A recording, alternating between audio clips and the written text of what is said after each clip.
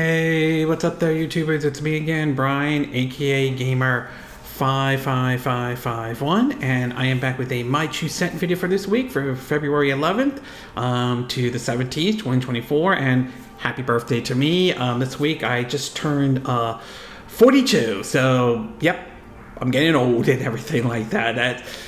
It is what it is. I'm going old and everything, so yep, I turned 42 this week and all. But anyway, we got actually 5 stories to cover for this week, including Microsoft supposedly responding to the last week's rumor that started to go out of control with the whole Starfield coming to PS5 and everything like that, even including Indiana Jones and the Great Circle, to all about possibly going third party and exiting out of the hardware race or everything like that. So I'll give you my take on the situation. We also have a report of Immortals of Aveum, A-V-E-U-M, the game from EA that supposedly bombed really bad and everything like that, and we have sort of an insight of what may have gotten wrong, including some people responding to a Kotaku article that came out about this being not great for single-player games and everything like that. We also we talk about Sony that just released their financial reports and everything like that, including a snippet that has some Sony fans kind of a bit worried or a bit concerned to a certain degree. Comments made about Dead Cell, including what the developers are doing with the game, saying there's not going to be any new updates to the developers not being happy with that though. And supposedly reports coming out about the possibility that Nintendo's next system could be, if what Reuters is saying is true, could technically use a custom-made SOC chip compared to what was in the Switch 1, which was basically a Tegra X1 with some changes here and there and everything like that. So if you're interested in where I got the source of these information, links will be in the description down below, assuming you're watching this on YouTube. But before we get started, I like to do what I like to call the quick My 2 Cents, stories that kind of caught my attention, but I'm not going to go into a huge amount of details. The first one is there was a report out about Take-Two's earnings and has some analysts believing that GTA 6 will not come out before April 2025. Now, supposedly right now, the game Grand Theft Auto 6 is aiming for a 2025 release window and all, while we don't have an official concrete date, barring any major delays. That said, though, I wouldn't rule out the possibility that GTA 6 could be pushed later into 2025, maybe during the summer, possibly the holidays. We could see that game come out in the holidays or 2025. Or there is always a distinct possibility it could be pushed into 2026. But right now, it's too early to tell. Rockstar hasn't really given us a really concrete release date compared to only it's coming out 2025 at this time. So we are basically going to have to wait and see until we hear when we actually will be seeing more of this game at all. We also learned that Sega has reported some sluggish sales of games like Sonic Superstars and other major titles and everything like that. So obviously Sonic Superstars did not do as well as Sega had hoped for. I think some of that may contribute to the fact that they were releasing the game around the same time that Super Mario Bros. Wonder came out and Marvel's Spider-Man 2 came out. Maybe if this was released before, or maybe during the holidays as they originally thought Sonic games do better then, maybe if they released it then, it might have fared a little bit better. But I think unfortunately it's really sad that Sonic Superstars did not do as well as Sega has hoped for, although like I said, some of that is on Sega's decision to release it between Super Mario Bros. Wonders and Spider-Man 2.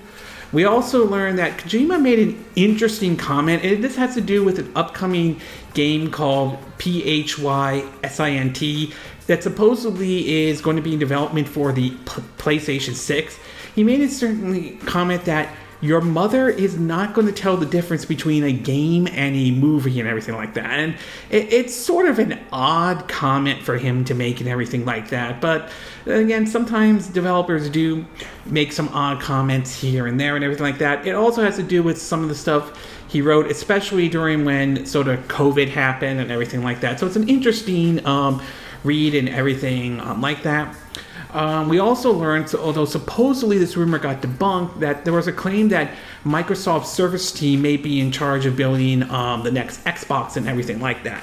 Now, there was a rumor going around, and this sort of gave the impression that could they be working on the rumored handheld that some people were believing in and all. Now, supposedly Microsoft came out and sort of denied that rumor and everything like that, and all, but we'll have to wait and see. There has been some talks about them wanting to do a handheld, and supposedly Phil Spencer has been liking some stories that have been popping up here and there. So, I mean, it would be interesting if Microsoft does do an Xbox handheld, but again, time will only tell if that will ever happen. We also learned that there was a new indie game in the works for those who are into the games like Axum, Verge, and Metroid. It's sort of a new Metroidvania type of a game, and it is something interesting I will be checking out, though. It is planned to come to the Nintendo Switch, but I believe it's also available on Steam at this time.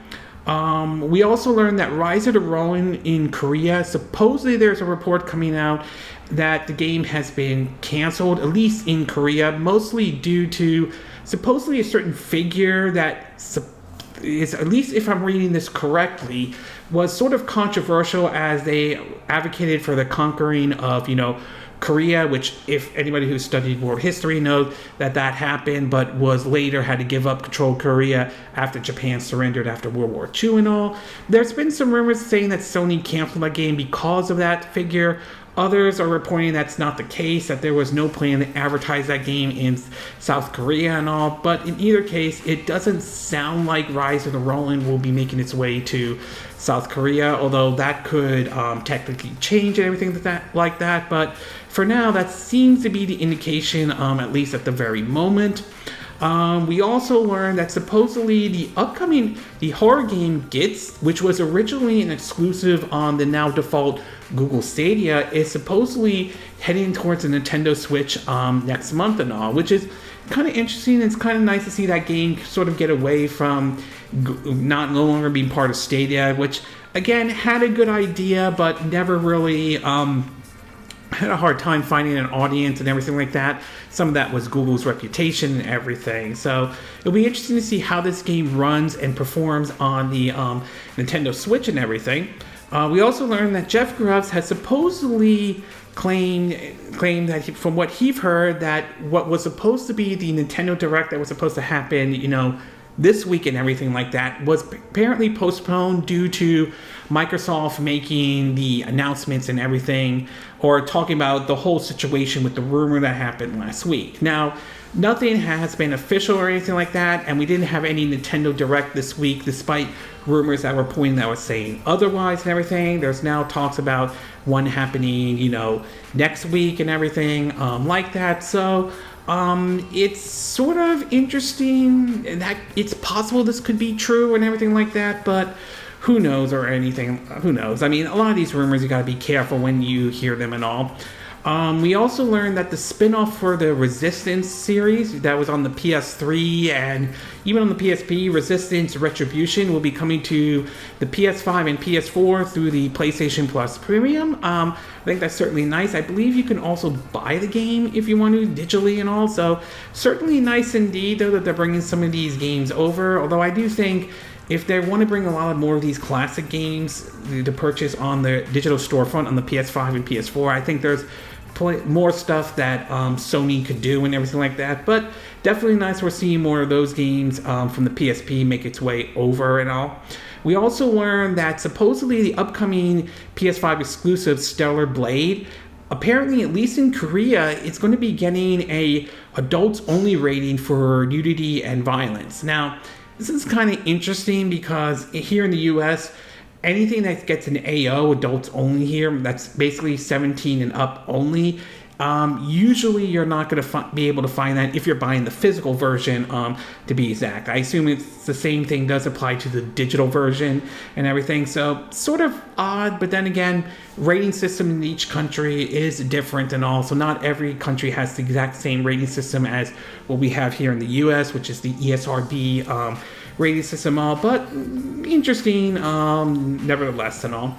And we also learned that there is a rumor going around, at least from a Brazilian journalist, that it's pointing out that claims that the Nintendo Switch 2 or the Switch successor may not launch until 2025. Now, again, Nothing official at this time. We haven't heard any official confirmation from Nintendo or anybody, and until we hear that official confirmation, I am going to take this information with a grain of salt.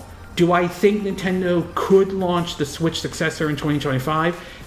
Definitely not out of the realm of possibility, but I just don't know how long they could stretch the Nintendo Switch and everything like that. It is the Tegra X1 chip and everything that powers the Switch, though. It is getting to the point that it is dated hardware, so I'm not sure how far Nintendo could stretch it, though. But still, I can't rule out the possibility that the Switch 2 may not be able to come out until 2025, but again, it is a rumor for the time being. We'll have to wait until there's official confirmation, or if they do announce it in March next month, if rumors are true, maybe we'll get an official announcement when we could actually see a release date for the Switch successor and the Switch 2. And last but not least, we learned that the creator of the Shoryuken franchise and the upcoming, I think, Illusion Chronicles, unfortunately has passed away. And this came from the developers who worked on the Illusion Chronicles series has pointed that out, though. I think it's Yoshida Mama. I apologize, I'm not saying the name correctly, though. It's very unfortunate to hear that, though, and I will say that my heart goes out to, the fans of the games he created, but also his friends and family, nevertheless, though. So very unfortunate to hear this person pass away and all.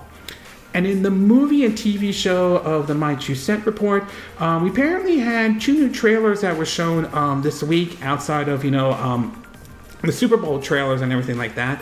The first one is that we got an official trailer for the X-Men 97 that will be on Disney Plus or everything like that. This is a continuation from the early 90s, X-Men series, and I'm very curious to see how this one will play out, especially since we now know that Magneto is going to be, or at least to some degree, part of the X-Men. So I am very curious to see how this is all going to play out. We also saw a new trailer for Godzilla X Kong: The New Empire, the second trailer. I'm definitely looking forward to seeing that one, though. I am currently watching Monarch on Apple TV Plus, though. But yeah, I'm definitely looking forward to it. I like the MonsterVerse and everything like that, so this is one I'll be keeping an eye out for.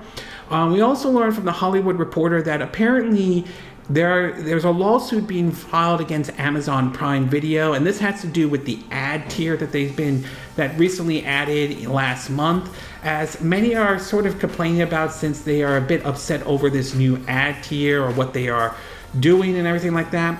Whether or not this lawsuit is strong enough to go after Amazon remains to be seen, but there's no doubt that this has been a very controversial decision for what Amazon is doing. I can understand why not everybody is happy with what Amazon Prime Video is doing that.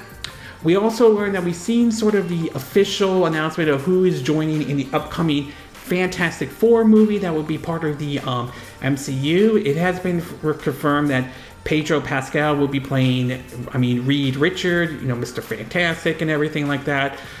It's going to be very interesting to see who the main villain is. There's been some back and forth that Doctor Doom might be it, but that may not be the case. So we'll have to wait and see how this one is going to play out. Hopefully this one will do better than the original Fantastic Four or the Josh Trank one that happened years ago. So I'm very curious to see what direction they'll go with the Fantastic Four now that it will be part of the MCU and all.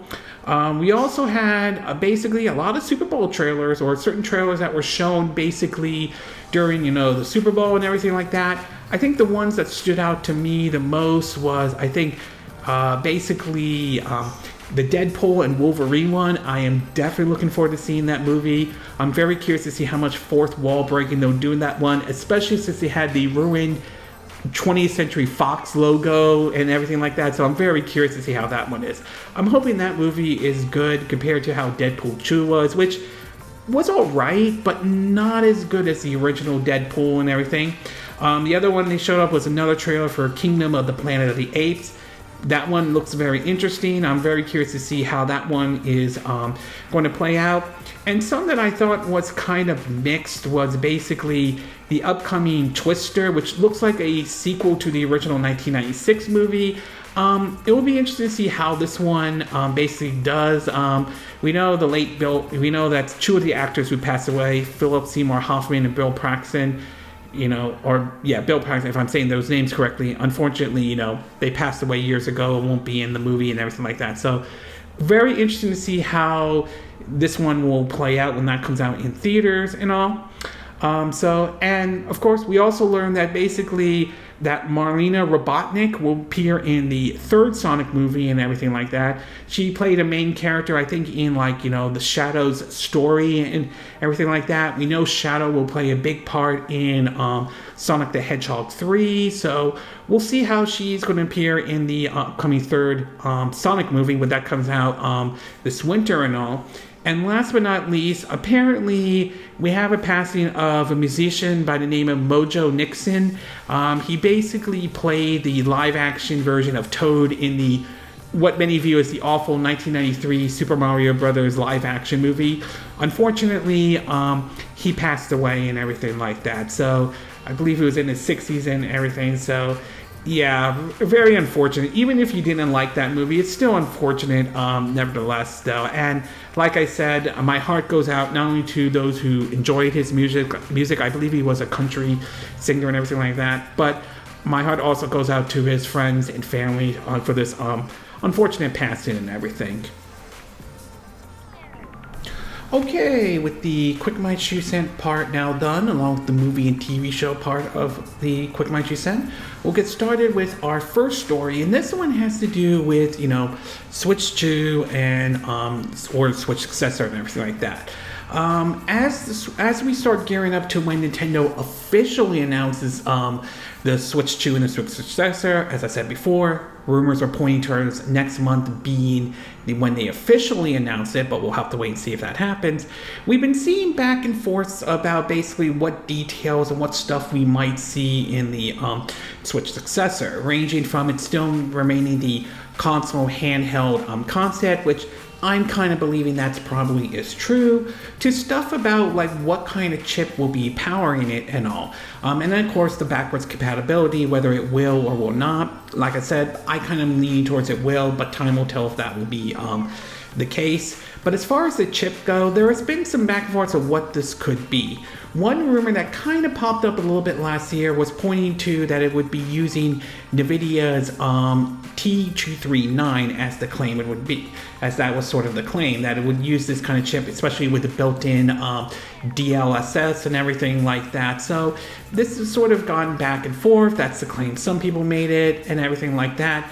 But a new report from Reuters seemed to indicate that maybe that might not be 100% sure. And again, some of these articles like Bloomberg and Reuters and others who've covered video games, sometimes they're spot on, sometimes they're not.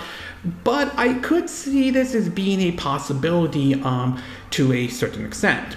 But anyway, from the article from Nintendo Life, they do kind of point out that basically, that from Reuters though, this has to do with basically Nvidia's interesting approach, or a different approach to be exact.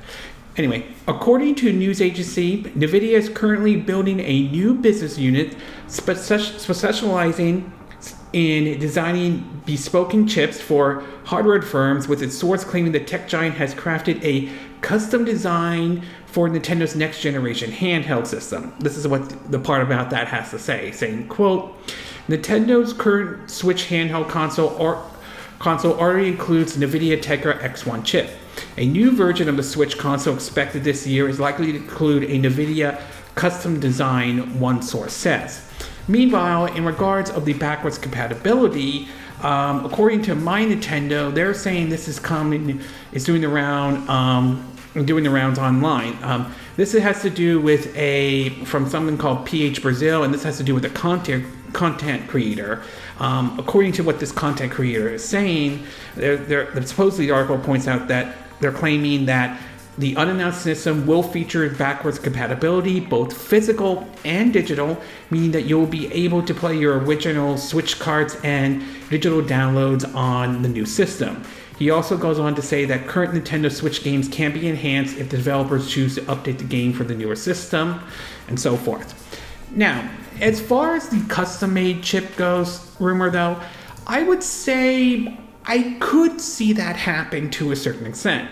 At the time when Nintendo was launching the Switch or anything like that, they weren't sure. I'm pretty sure they weren't sure if they wanted to go with a custom chip or anything like that. They just wanted to sort of play it safe and everything and all. But now, given how well and successful the Nintendo Switch has been, maybe they do want to sort of experiment with some ideas. Maybe maybe use this custom SOC chip or custom chip from Nvidia, or maybe take some of the approaches I've seen in the T239 or something like that. So in terms of the custom chip and everything like that, I could see that happen. I could see now that, given people have liked the Switch, they may consider to build like a chip for the ground up for their next system, the Switch successor and all. As far as the backwards compatibility, obviously this is from a content creator, and obviously no matter what, you have to take this with a grain of salt.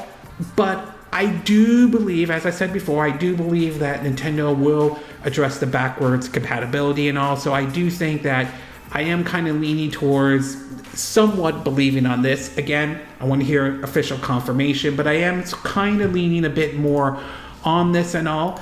As far as whether it can be enhanced or not, I mean, it is possible. There were reports coming out basically from supposedly last year in Gamescom that was behind closed doors that showed basically Legend of Zelda Breath of the Wild running at 60 frames per second at 4K on what was supposedly the idea of what the Switch successor hardware was going to be. So I do think it is possible they could do that. Now, whether or not, if it is true, whether or not we'll get something along the line like the kind of approach that what we saw with Microsoft with smart delivery, or the kind of approach we saw with Sony, which, though controversial depending on who you're asking, supposedly a like $10 upgrade to enhance it or not, remains to be seen if that's kind of the stuff that is going to happen. It remains to be seen if developers who have already released their games on the Switch will do something like that for the Switch successor and offer like an upgrade or something like that. So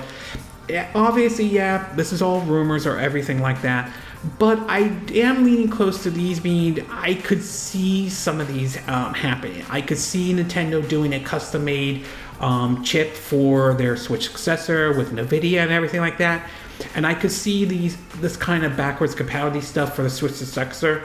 I could see it happening, but like always, these are rumors, so it's best to take them with sort of a grain of salt at this time. So overall, like I said, these are definitely rumors. We do need to be careful in terms of how you read into them and all. But I will say that I can kind of feel like I'm more leaning towards these kind of do feel a bit more believable and everything like that. Okay, we're going to take a quick break, and when we get back, we'll get to part 2, and this one has to do with the game Dead Cell, as which the developers has made a decision regarding content or update for the game, and a response from the original creators who are not at least happy with what they were doing with Dead Cell and all. So we'll take a quick break, and we will be right back.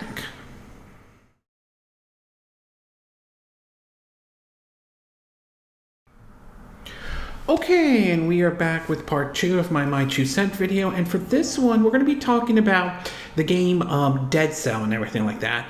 Now, I remember seeing this game, I think it was around early in the Switch's life cycle and all, and seeing this game kind of blow up in a way, you know, and we've seen before how one developer will focus on one game and basically work on that game for like years and years to come. I mean, we saw this with certain games, whether it was like Witcher 3 Wild Hunt, to even games, you know, like Stardew Valley and how that one kind of blow up, especially also Minecraft is also as another example though.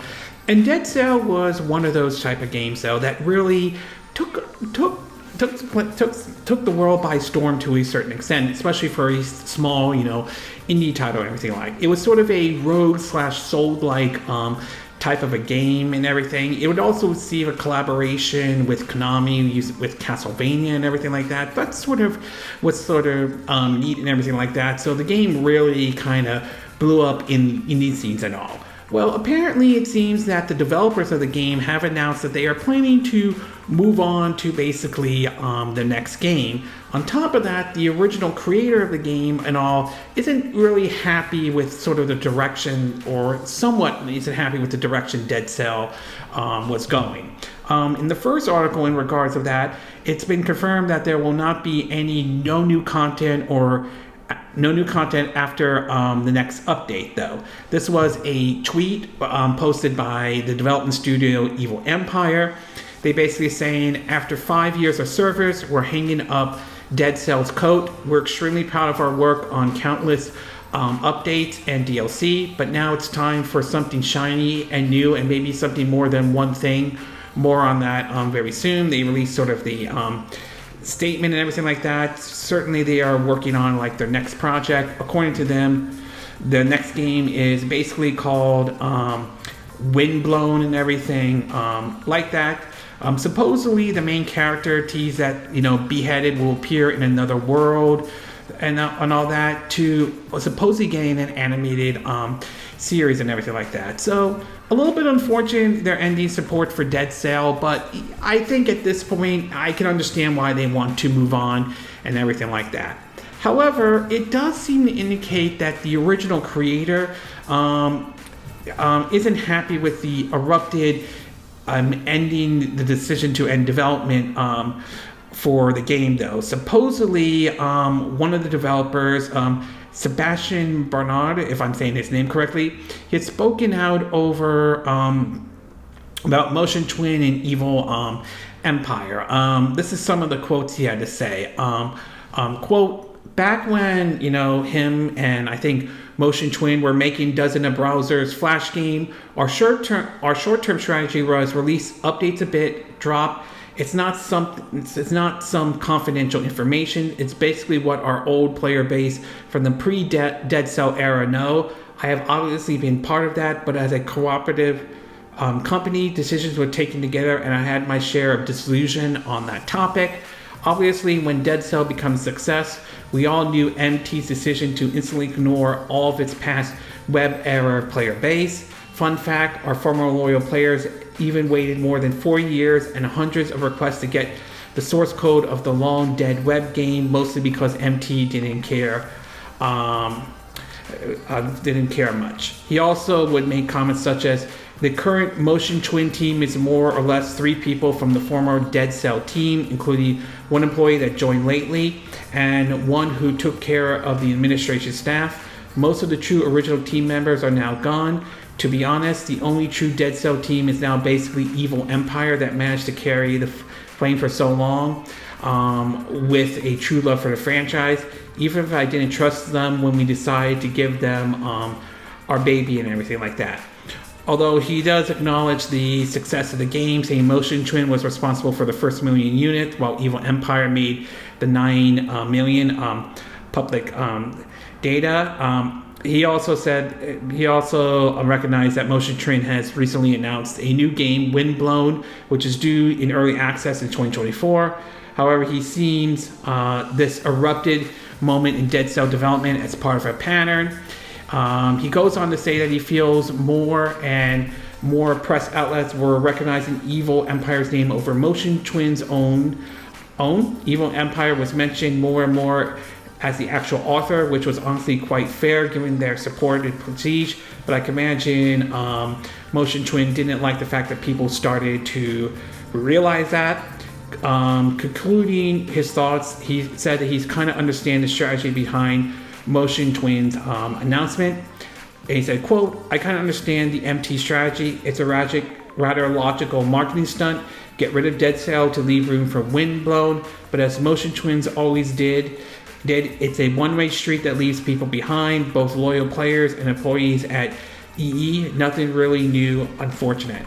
So it seems as though the original creator is sort of not happy with the decision to make this, though, but at the same time, I kind of can see that after so many years working on one game, I can see that they want to move on and do something new and everything like that. So I kind of can see this sort of as a double-edged sword and everything like that. But I do wonder how much support can you put into one game. I mean, there is going to be at some point you've done all you could do with that, and it's time to move on to something else, or even like, you know, like a sequel and everything like that. So to me, that argument can go both ways, to be exact. So overall, a bit unfortunate with Dead Cells update and support coming to an end, but I can understand the reason to move on to the next game.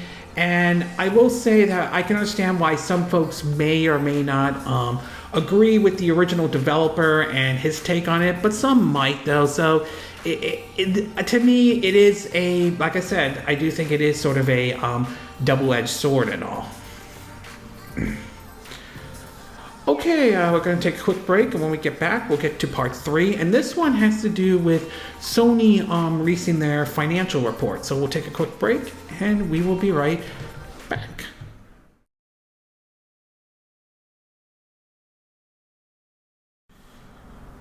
Okay, and we are back with part 3 of my 2 cent video, and for this one, we're going to be taking a look at Sony, particularly them announcing their, you know, financial report and everything like that. Now, there's no doubt about it that the PS5 certainly has been doing very well for Sony and everything like that. They've been at, mostly for the majority, it has been at the top, not every month, but mostly at the top in terms of hardware sales and everything like that, and a lot of the games, you know, especially with some of their exclusives here and there. Well, recently they basically made an interesting comment in terms of their strategy and everything like that. And while the PS5 continues to do well, it certainly did not meet the forecast that they were expecting to hit and everything. In several articles posted on by Video Game Chronicles, it pointed out that the PS4 has sold about 54.7 million units, which is certainly good at everything like that, though. However, unfortunately, they were trying to aim for a target of 25 million PS5s before, you know, ending in March of 2024. According to the article for Video Game Chronicles, it doesn't seem to be that's going to be the case. It says that in the latest quarter, it sold 8.2 million consoles, bringing the total for the year so far of 16.4. The company said it's now expected to fall short to its original target by 4 million units.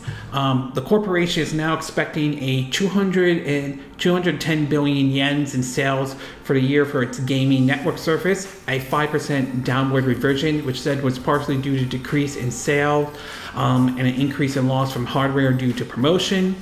Regarding PS5 hardware, which will enter its 5th year since launch, said Sony's president, CEO, and CFO. Partially due to entering the latter half of the console cycle, we're aiming to optimize sales with a greater emphasis on balance with profit, so we expect a gradual decline in unit sales for the next fiscal year onward. Regarding first-party software, we're aimed to continue to focus on producing high-quality production and produce live service games, but while major projects are currently under development, we do not plan to release any new major existing franchises titles next fiscal year, like a God of War Ragnarok or a Marvel Spider-Man 2, though. It also pointed out that Spider-Man 2, which has now sold 10 billion units. The Spider-Man series, Marvel Spider-Man series, has sold through more than 50 million copies worldwide across PC and console, it said. It also points out that their network service revenue, which encompasses PlayStation Plus and advertiser revenue, increased again to its highest level since last year's service, revamping at 137.1 billion yens, up from 122.2 billion yens from last year. And all in terms of software sales, and PS4 and PS5 increased 3.2 million year over year to 89.7 million units. Digital software account for 66% of quarterly game sales compared to 62% last year. Obviously, we're getting closer and closer to the all digital future and everything like that. And according to Tokyo-based industry consultant Dr. Segwin Todo, if I'm saying this correctly, told VGC, after the second quarter sales came out in 2023, it was already crystal clear Sony will never reach 25 million units in its units this fiscal year. Q3 was okay, but only possible because of Sony's heavily promotion and discount during holiday. There is one bright spot in Sony's PlayStation business, namely the recorded number of 123 million monthly active users on the PlayStation network. And as far as them bringing more and more of their games to the PC, it seems that they're going to be taking a more aggressive approach to PC strategy, as it does seem to indicate a lot of them are going to probably push more, especially since we've heard about how Helldiver 2 actually did very well for them. And also, it basically points out that the head person over at Sony said addressed the topic of first-party games and made it clear that he feels releasing them multi-platform, which he seemingly clarifies meaning PC, continues to be the way forward. In the past, we wanted to populate consoles and first-party main titles. Purpose was to make the console popular, he explained. This is true, but there is a synergy, if I'm saying the name correctly, to it. So you have a strong first-party content, not only our console, but also other platforms like computer. A first-party game can be grown with multi-platform platforms, and that can help operate profits to improve. So there's another one we want to proactively work on. I personally think there are opportunities out there for improving the margin, so I would like to go aggressive on improving our margin performance and everything like that. Our margin performance. Sony is in the process of ramping up a number of first-party games it brings to PC, although they usually arrive sometime after the PS5 release. Earlier this month, however, Helldiver 2's release for the PS5 and PC on the same day. So does this mean that we could see day one releases of PS5 games on PC? It sounds like it is a possibility, but I don't know if they're going to go head in like that right away. It's possible that Helldiver Success might consider them to look at this consider maybe this isn't as bad as releasing PS5 games day one along with the PC release isn't bad. I mean, Microsoft has done that with several of their IPs, and it hasn't had, I would say, the negative impact that some people thought it was going to have. So, I mean, it does sound like Sony may be moving more and more to having, launching the PC version along with the PS5 version, maybe on the same day, maybe not wait like a year or several months or so to be exact. But we'll see if Sony takes that approach or not over time. Maybe, like I said, maybe Helldivers 2 may have convinced them to consider taking that approach. As far as they're saying no new major first-party games like God of War Ragnarok or Marvel Spider-Man 2, I do think this is kind of a little bit concerning for me to a certain extent, because it kind of feels like it's just saying we're just going to rely on third parties to carry the weight of the PS5 and everything like that. And I'm a little iffy about that approach, though. I think this is one of my big criticisms I would have for the PS5. I mean, as much as I do enjoy their games, and I do think that they need to have some smaller or AA titles kind of help fill in that gap while we push for those big, AAA releases that they have done. I mean, there are franchises in there that I really would like to see them consider reviving and bringing back, like maybe Infamous or Sly Cooper or Jak and Daxter's. Bring some of these smaller AA titles to help fill in that gap as we push for those big major releases or anything like that. I think having something like Stellar Blade is a good step in the right direction, but I think what I would like to see is more from them on this. So it's a little bit concerning about that, not having any big major releases or relying maybe too heavily on third parties to carry the weight of the PS5. I'm not saying third party support is unimportant. I still think it is important, but that weight alone cannot carry the system, though. You do have to have strong first party titles as well, a mixture of AAA and AA and smaller titles and all. So overall, I would say the PS5 is still doing well. It's still doing good for Sony and everything, but not to the level. It does sound like it's not to the level that they were hoping for, though. It also comes out that basically we could see them go closer and closer to the day-and-day release, similar to what we're seeing what Microsoft is doing when they're releasing the Xbox version along with the PC version of their games. I think that they could be going more and more in that direction, and not having any major first-party games. Again, like I said, that is a little bit concerning to a certain extent, and I do question some of Sony's strategy of going in on all AAA and live service games and not having at least reviving some old franchises or something like that to help, or indie, like smaller titles, AA titles that kind of help fill in that gap and everything. Okay, we're going to take a quick break, and when we get back, we'll get to part 4, and this one has to do with Immortals of Aveum, A-V-E-U-M, and apparently some basically behind the scenes of what may have led to that game flopping pretty bad last year. So we'll take a quick break, and we will be right back.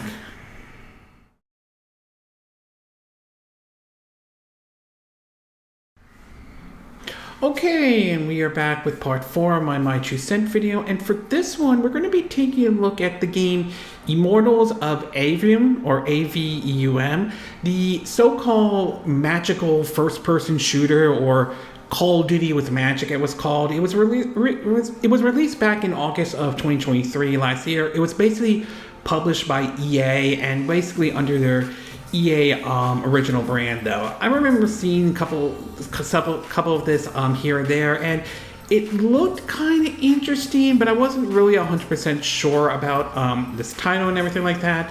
And when the reviews of it finally came out, it certainly did not blow up on the charts or anything like that. The response were very mixed at best, to be exact, though. So much so that the game underperformed during the point that a lot of the folks who worked on the game, though, about half of them were basically laid off and everything like that, and it basically forced EA to kind of refocus or re-examine, their push for, EA originals and everything like that. Well, recently there has been some reports coming out that basically indicated the amount of money that was basically wasted on this title and what exactly may have happened with this, though, including also a response from Kotaku who's basically making a claim that this is basically not a great time for single-player games and everything like that. From an article from Insider Gaming, it points out that, quote, in a recent report written in IGN about the state of the gaming industry, a former developer from Aulx Studio that worked on this game spoke harshly about Immortals of Aveum, A-V-E-U-M. They stressed that the development cost was around $85 million, and that Electronic Arts, the game publisher, threw in a hefty $40 million for marketing and distributing costs. This is what this person had to say. Quote, there was some serious talent on the development team, but trying to make a AAA single-player shooter in today's market was a truly awful idea, especially since it was a new IP that was also trying to leverage Unreal Engine 5. What ended up launching was a bloated, repetitive campaign that was far too long. A person who currently, who still works at Ascent, basically also points out that, quote, said the game was predicted to do well, but while it received fairly positive reviews, sales were a teeny fraction of the projection, though. I mean, there are so many ways you could look at how this game basically bombed and everything like that. I think some of it could have been the idea of Call of Duty with Magic. That didn't really click with everybody. Other could be, and we've heard this before, is like the budget for a lot of these games, particularly AAA ones, are really unfortunately getting way out of control, and it has raised questions about the budgets for a lot of these games. Maybe the developers at Aulx Studio should have started with maybe a AA experience or a smaller title to sort of get their foot out there and all that stuff before tackling a AAA type of experience. So you could point to a lot of reasons, though, but I do think the budget may have been one of those factors, and I think that didn't exactly that basically could have been one of the factors. We've seen, like I said, we've seen publishers push for raising way expectations too high. Others pointed out that many were hoping to be like how things were when COVID happened, where all of us had to be at home and everything like that, and those days are not there as they used to be anymore. So yeah, I think you could point to a lot of factors to this game's failure, though. I think budget is certainly one of them. I think also Call of Duty with Magic may have not sat well with everybody out there and all. One other thing to point out is basically an article from Kotaku, which some people kind of have a very mixed response, and it's a title basically them saying Immortals of Aveum proves that it's a grim time for single player games and everything like that. And the person sort of pointed this out about the whole single player thing, though. Personally, I'm not sure it's a grim time for single player games, though, as we've seen a lot of single player games have done pretty well and everything like that. I mean, look at games like Legend of Zelda Tears of the Kingdom. That's a single player game that did very well and everything like that. I mean, even Starfield to a certain extent did very well, and that was a single player game. Spider-Man also did, Spider-Man 2 also did, excuse me, also did very well. So I'm not really sure that it's very much a grim time for single player games. I mean, we've seen how the former head of EA made the claim that single player games were dead, and time again that's been proven wrong. I think as I pointed earlier, I think the reason why Immortals of Aveum basically bombed, like I said, I think a lot of it was a lot of these developers pushing for these AAA kind of experience and really spending so much money out of it. It really has ballooned and gotten out of control. Other parts of it is the whole attitude of shipping it broken now and patch it later. Basically, you're saying you're asking us to pay $70 or even more for basically to be beta testers and everything like that. So I think single player games aren't the reason. I think there are a lot of factors you could take into why this game did not do very well at all. But I don't exactly 100% buy Kotaku's reason for saying this is a grim time for single player games and everything like that, considering we've seen a lot of single player games that have done very well and everything. So overall, I think there's a lot of things that led to Immortal Aveum's basically not doing very well when it originally launched, though. The budget definitely I could see as one of the factors. The Call of Duty with Magic, it could be another factor as well, but whatever the case is, it's pretty clear that there needs to be a change in how a lot of these AAA games are being developed and everything like that, especially ranging from the cost to the whole ship it broken now and patch it later attitude. As far as Kotaku's article, as I mentioned, I'm just not buying the argument that this is a grim time for single player games and everything like that. Okay, we're going to take a quick break, and when we get back, we'll get to our fifth and final part, and this is Microsoft responding to all these odd Xbox rumors that kind of blew up last week. So we'll take a quick break, and we will be right back.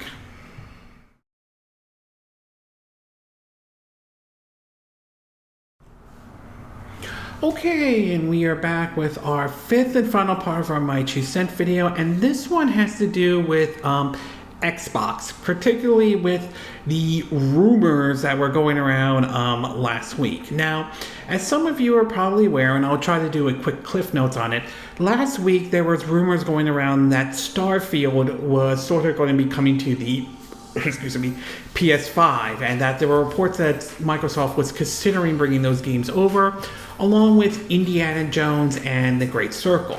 This led to a whole lot of speculation, as there were claims that Microsoft was going third party, or that they were going to exit basically the console race and everything like that, or exit the hardware.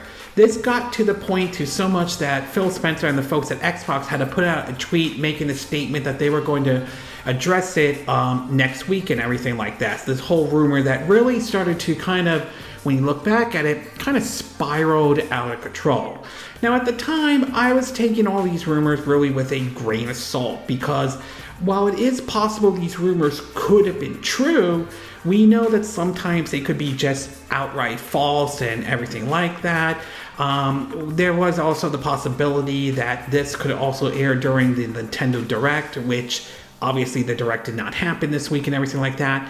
And after all that, on Thursday, they did a podcast, try to do a very simple or direct podcast, trying to answer all the questions and everything left out there.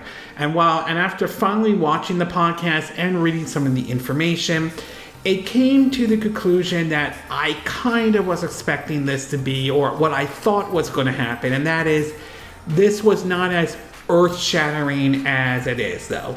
The couple of things that they point out are the fact that despite earlier rumors, though, they are not leaving the hardware business or anything like that, though. They supposedly will have exciting new hardware that will be revealed sometime in holiday 2024. They are talking about deliver the largest technical leap in their next console and everything like that. But as far as leaving the hardware, it certainly has not basically, they're not doing that. So all this talk about Xbox going third party, or at least to what people think they're referring to as third party, that is certainly not going to happen.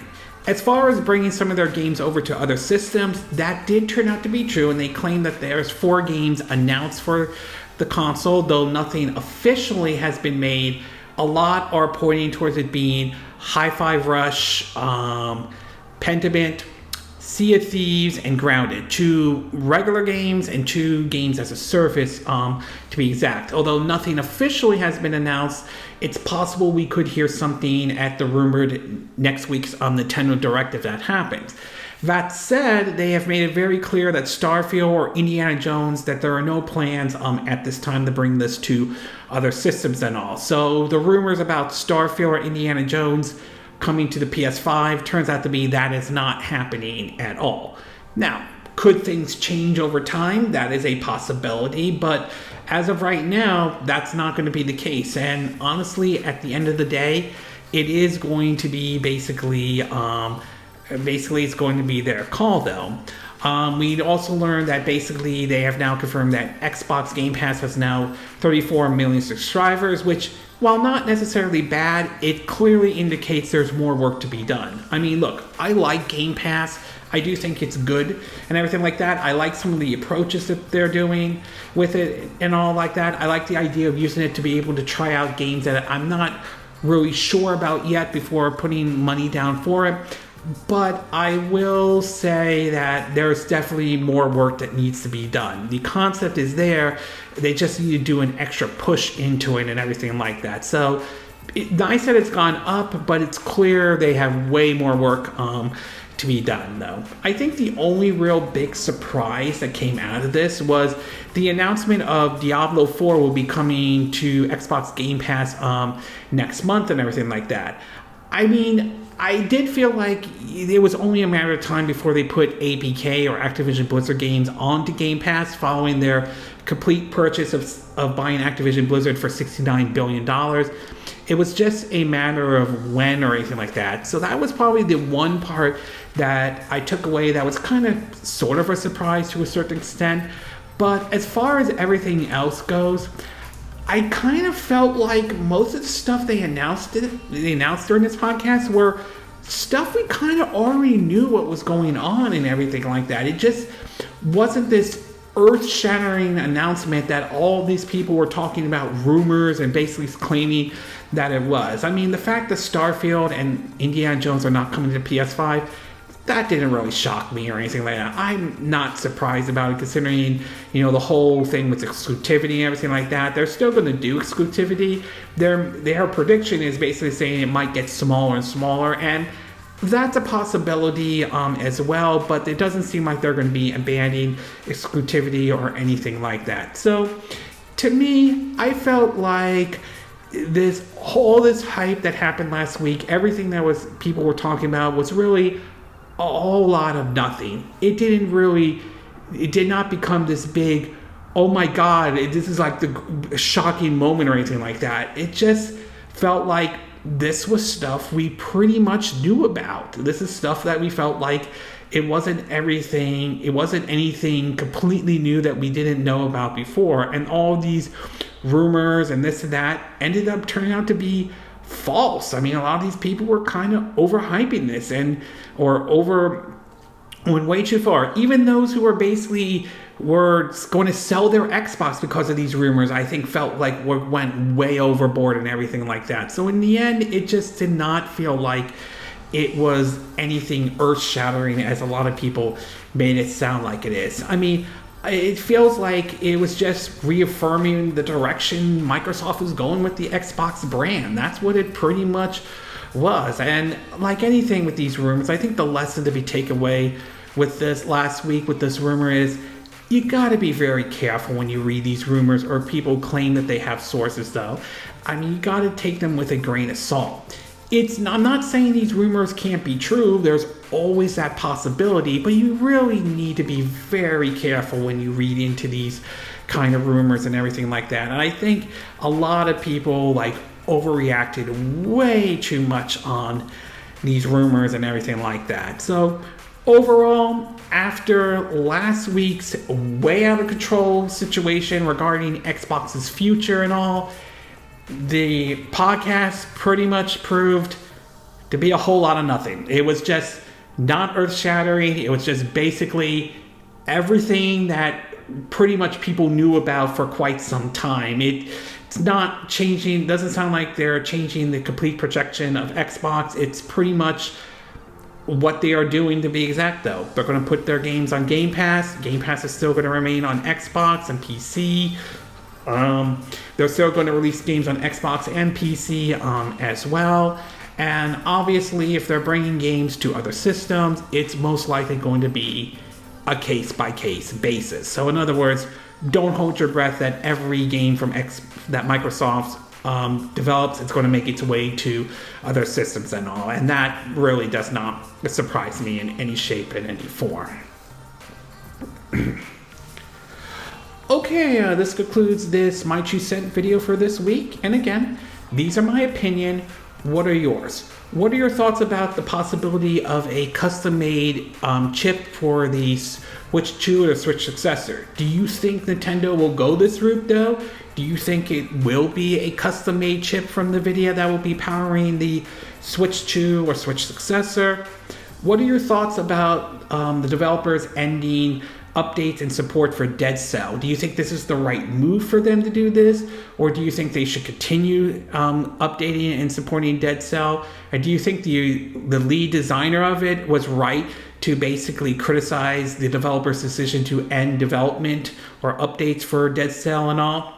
What are your thoughts about Sony's financial reports?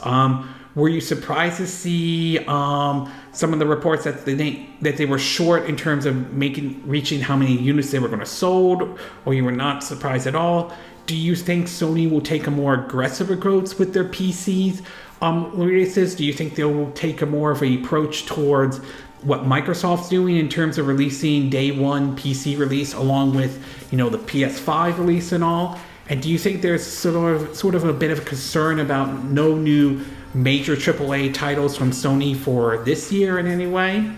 What are your thoughts about the comments about the Immortals of Aveum and it's basically the finances behind it and how the game did not perform very well?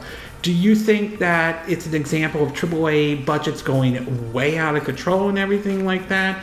Do you think that there were maybe calling it Call of Duty with Magic may have not sit well with everybody out there? And do you think the Kotaku arguments about there are some issues with single player games, do you think that's true, or do you think Kotaku is blowing it way out of proportion? And finally, what did you think about Microsoft's response to last week's rumors with this Xbox podcast? Do you think that they answered a lot of those rumors? Do you think it still left some unanswered questions in any way? Do you think that this really, in the end, was just blown way out of proportion and all? Do you agree with what I said in this video? Do you disagree? Do you have a difference of opinion?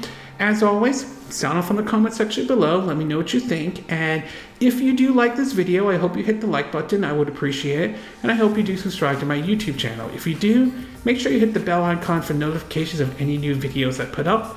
Also, feel free to share this video if you want to, and feel free to donate to my channel if you like. You could do it through PayPal me, Patreon, or Steam Labs. Links will be in the description of this video, assuming you're watching this on YouTube. And I will see you again next time when I do another video. Hopefully that'll be soon. Until then, from Southern California, I wish you all a good day then. Bye!